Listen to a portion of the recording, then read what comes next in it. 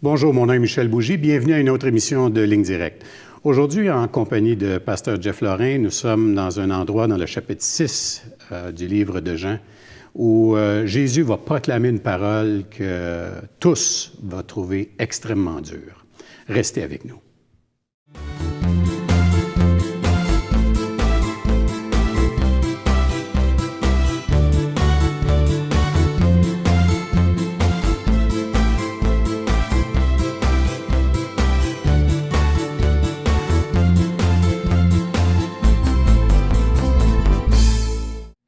Bonjour, Pasteur Jeff.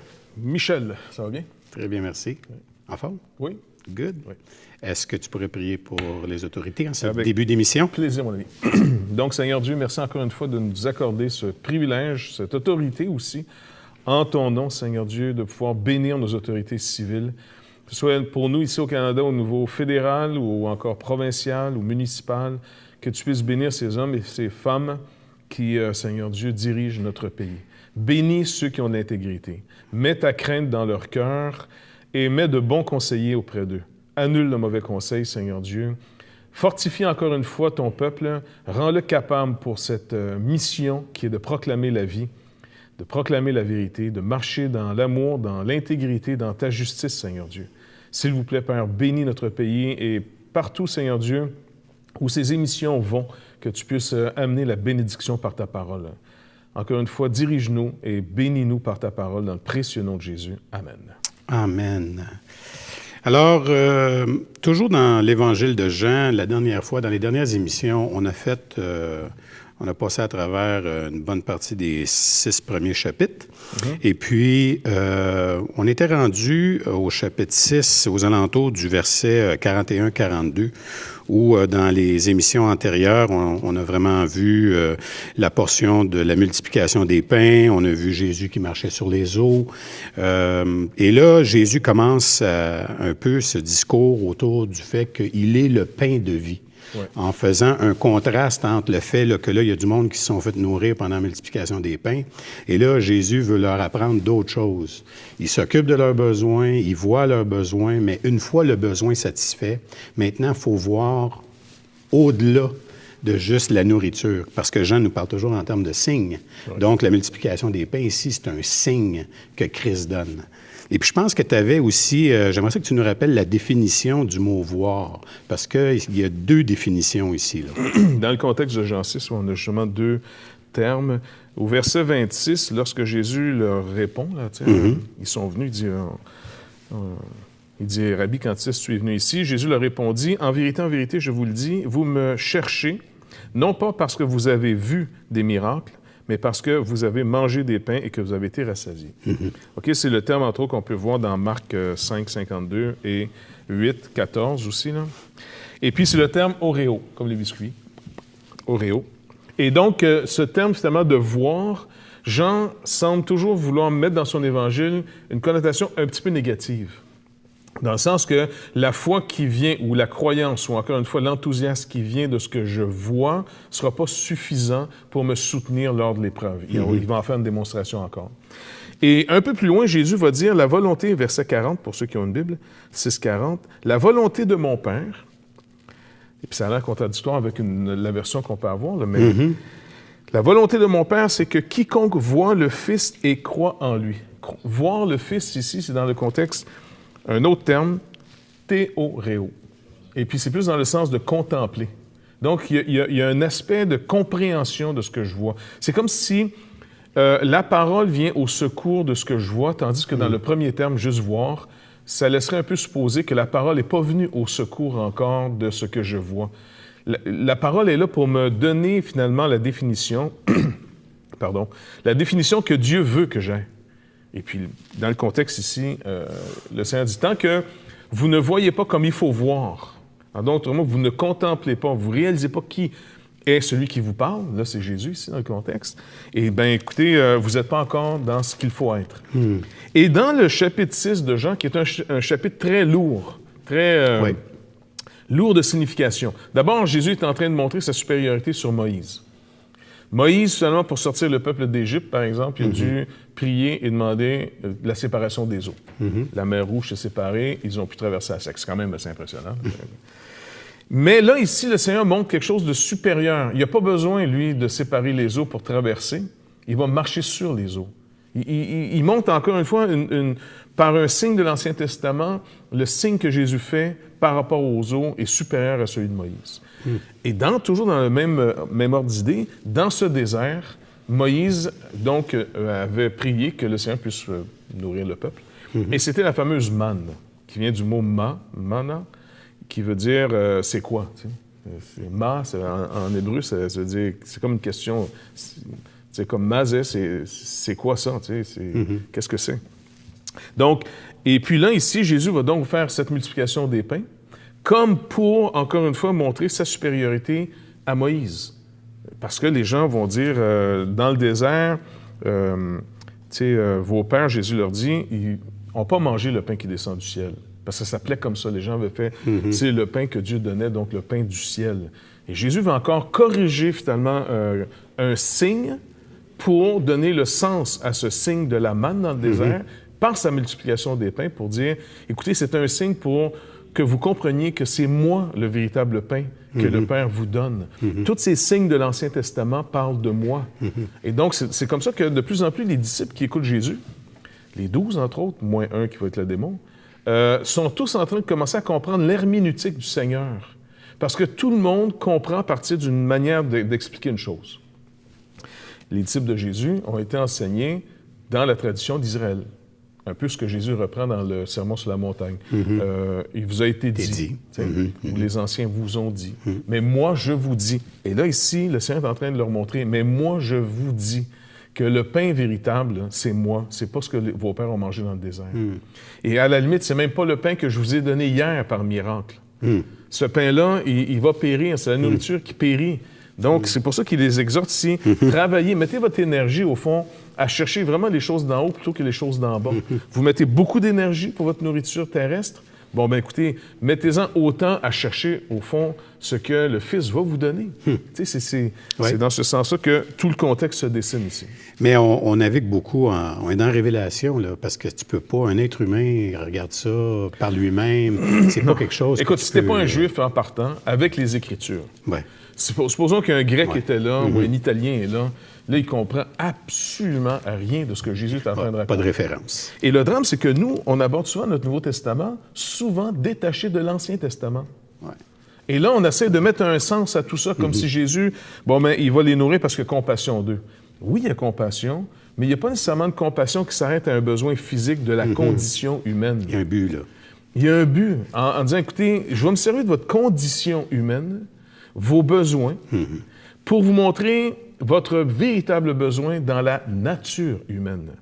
OK? Donc, c'est deux champs différents. La condition humaine, c'est le manger, le boire, le vêtement, toutes des choses qui sont essentielles à la vie, à maintenir la vie, le bios de la vie. Parfait. Le Seigneur dit, le problème, là, c'est que je vais me servir du bios, les moyens de vivre, pour vous montrer que vous n'avez pas la vie elle-même. Je vais vous pourvoir dans vos moyens de vivre pour montrer que je suis venu en réalité vous donner la vie véritable que vous n'avez plus. Tu vois? Puis jusqu'à aujourd'hui, le Seigneur se sert des choses de cette vie, dans ma sphère de tous les jours, pour toujours me rappeler mon vrai besoin qui est, est-ce que j'ai la vie? Je ne sais pas, il va se servir de mes relations humaines et puis les erreurs qui peuvent se faire en disant, écoute, je veux que tu pardonnes. Quand ton frère vient te demander pardon, je veux que tu lui pardonnes. OK? Ça devient une loi pour les croyants. Maintenant, qu'est-ce que ça vise, cette loi? Ça vise mon pardon devant Dieu. Si le Seigneur me commande de pardonner celui qui vient me demander pardon, eh bien, finalement, c'est pour me faire voir que si moi, je vais demander à Dieu ce pardon en Jésus-Christ, il veut me l'accorder. C'est son plan.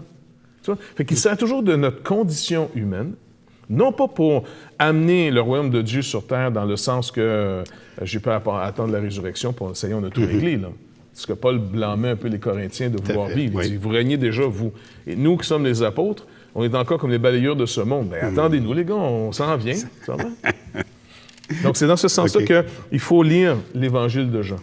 Condition humaine va devenir le milieu dans lequel Jésus va opérer des délivrances, des guérisons, des résurrections, pourvoir de la nourriture, manifester sa puissance dans la condition humaine, pas pour régler définitivement le problème, parce qu'un gars comme Lazare ou la petite fille que Jésus a ressuscitée vont encore mourir. Ça n'a pas réglé le problème.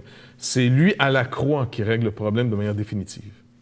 Donc, c'est dans ce sens-là qu'il faut comprendre un peu ce contexte. Peut-être ce qu'on pourra faire avant d'aller à la pause, c'est qu'on pourrait lire peut-être un peu la suite, parce qu'il y a eu une réaction quand même quand Jésus a proclamé que il est le pain descendu du ciel. Alors les Juifs, à partir du verset 41, je vais lire, « Les Juifs murmuraient à son sujet parce qu'il avait dit, « Je suis le pain qui est descendu du ciel. » Et il disait, « N'est-ce pas là Jésus, le fils de Joseph, celui dont nous connaissons le Père et la Mère? Comment donc dit-il que je suis descendu du ciel? » Jésus leur répondit, « Ne murmurez pas entre vous. Nul ne peut venir à moi si le Père qui m'a envoyé ne l'attire.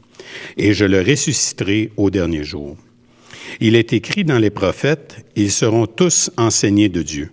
Ainsi, quiconque a entendu le Père et a reçu son enseignement vient à moi. C'est que nul n'a vu le Père sinon celui qui vient de Dieu. Celui-là a vu le Père. En vérité, je vous le dis, celui qui croit en moi a la vie éternelle. Je suis le pain de vie. Vos pères ont mangé la manne dans le désert et ils sont morts. C'est ici le pain qui descend du ciel, afin que celui qui en mange ne meure point. Je suis le pain vivant qui est descendu du ciel. Si quelqu'un mange de ce pain, il vivra éternellement, et le pain que je donnerai, c'est ma chair, que je donnerai pour la vie du monde. » Là-dessus, les Juifs disputaient entre eux, disant, « Comment peut-il nous donner sa chair à manger? » Jésus leur dit, en vérité, je vous le dis, si vous ne mangez la chair du Fils de l'homme et si vous ne buvez son sang, vous n'avez point la vie en vous-même. Celui qui mange ma chair et qui boit mon sang a la vie éternelle, et je le ressusciterai au dernier jour. Car ma chair est vraiment une nourriture et mon sang est vraiment un breuvage. Celui qui mange ma chair et qui boit mon sang demeure en moi et je demeure en lui. Comme le Père qui est vivant m'a envoyé et que je vis par le Père, ainsi celui qui me mange vivra par moi. C'est ici le pain qui est descendu du ciel. Il n'en est pas comme de vos pères qui ont mangé la manne et qui sont morts. Celui qui mange ce pain vivra éternellement. Et Jésus dit ces choses dans la synagogue, enseignant à Capernaum. Fait que ce qu'on va faire, on va s'arrêter là-dessus, on va passer à la pause, et au retour de la pause, on va rediscuter de ce texte. Excellent. Alors, restez avec nous, on va être de retour tout de suite après.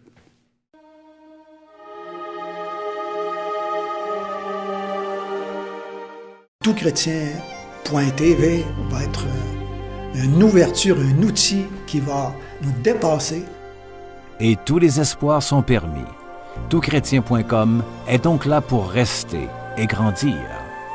Ce grand portail constitue en lui-même une plateforme unique d'études et d'échanges entre les chrétiens du Canada francophone et de la francophonie tout entière. Toutchrétien.com, un vecteur d'évangélisation unique au service de l'Église de Jésus-Christ. Pour les gens qui ont envie de vivre une relation avec Jésus-Christ, je crois que là, ils vont trouver quelque chose qui ressemble à leur temps et qui répond à des besoins de tous les membres de leur famille.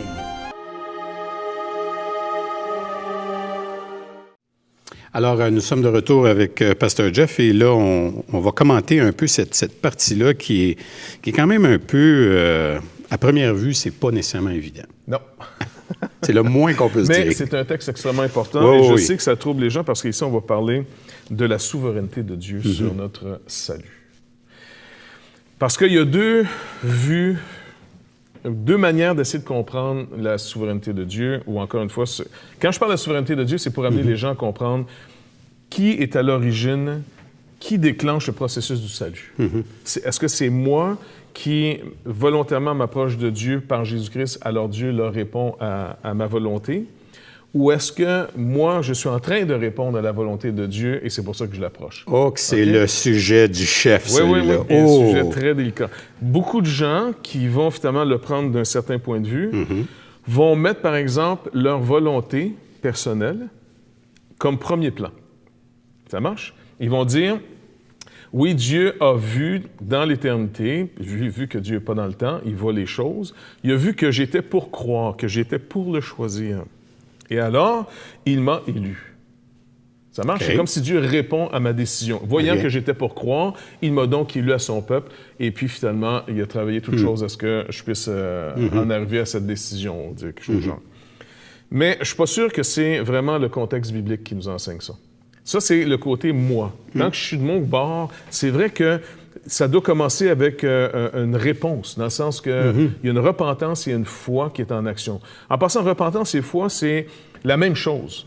Repentance, c'est l'aspect que j'abandonne une manière de penser, parce que par la foi, je viens d'être saisi d'une nouvelle manière de penser. Fait que souvent, je crains un peu quand on en fait trop deux choses séparées. OK. Parce que juste se repentir, entre guillemets, sauve personne. Ce qui sauve, premièrement, c'est la foi. Ce qui, inévitablement, amène la repentance. Ça marche, ça, c'est...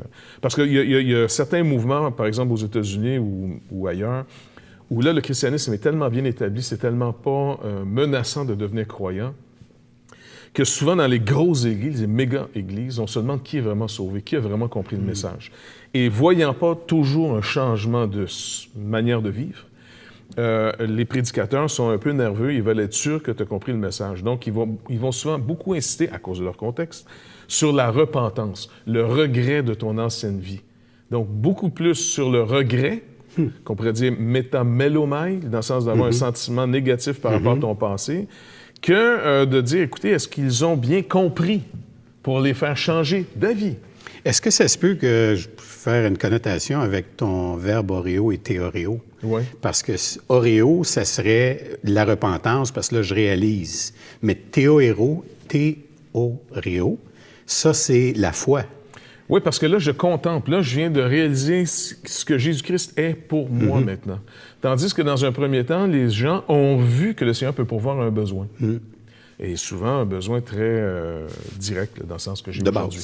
C'est pas négatif. C'est ainsi qu'on commence à connaître le Seigneur, pour aller plus loin plus tard. Donc, le Seigneur veut nous montrer, je pense, selon sa parole ici, un message, et c'est ça qu'ils ont trouvé dur. Okay? C'est parce que plus loin de la conclusion, plusieurs de ses disciples, conclusion aussi, après l'avoir entendu, ce qu'il vient de dire ici, là, dire cette parole est dure, qui peut l'écouter. Et le mot dur ici, scléros, c'est pas dans le sens difficile à comprendre, mais c'est plutôt rude. C'est scandalisant. Scléros? Ben, pour dire, Okay. c'est dur dans le sens, Okay. c'est sclérose. C'est paralysant? Ouais, ou, mais c'est beaucoup plus dans le contexte, je veux dire, non pas que c'est des choses difficiles à comprendre, mais plutôt difficiles à admettre. À admettre, OK. Tu comprends? OK. Parce que le Seigneur est en train de leur dire, écoutez, nul ne peut venir à moi. C'est pour ça, là, les gens, là, ils murmurent, ils ne viendront pas à lui. Ils vont plutôt se borner à voir que c'est le fils de Joseph et de Marie, et que ses frères et ses sœurs sont au milieu d'eux. Parce que quand il enseigne ces choses, il est à Capernaum, dans la synagogue. J'étais là, justement, là, il y a 2 semaines, et puis on a fait une série avec Aujourd'hui l'Espoir. Là, et puis, il y a présentement la synagogue qui a été bâtie peut-être 200 ans après Jésus-Christ, sur l'ancienne synagogue. C'est juste en dessous c'est une vieille synagogue aussi là, qui est en ruine. Mais à Capernaum, il y a cette synagogue aujourd'hui, on peut voir dans l'émission, ceux qui écoutent Aujourd'hui l'Espoir verront ça. Je pense que ça va passer au mois de décembre 2013 ou janvier 2014. Bref, sous cette synagogue, il y a l'ancienne synagogue.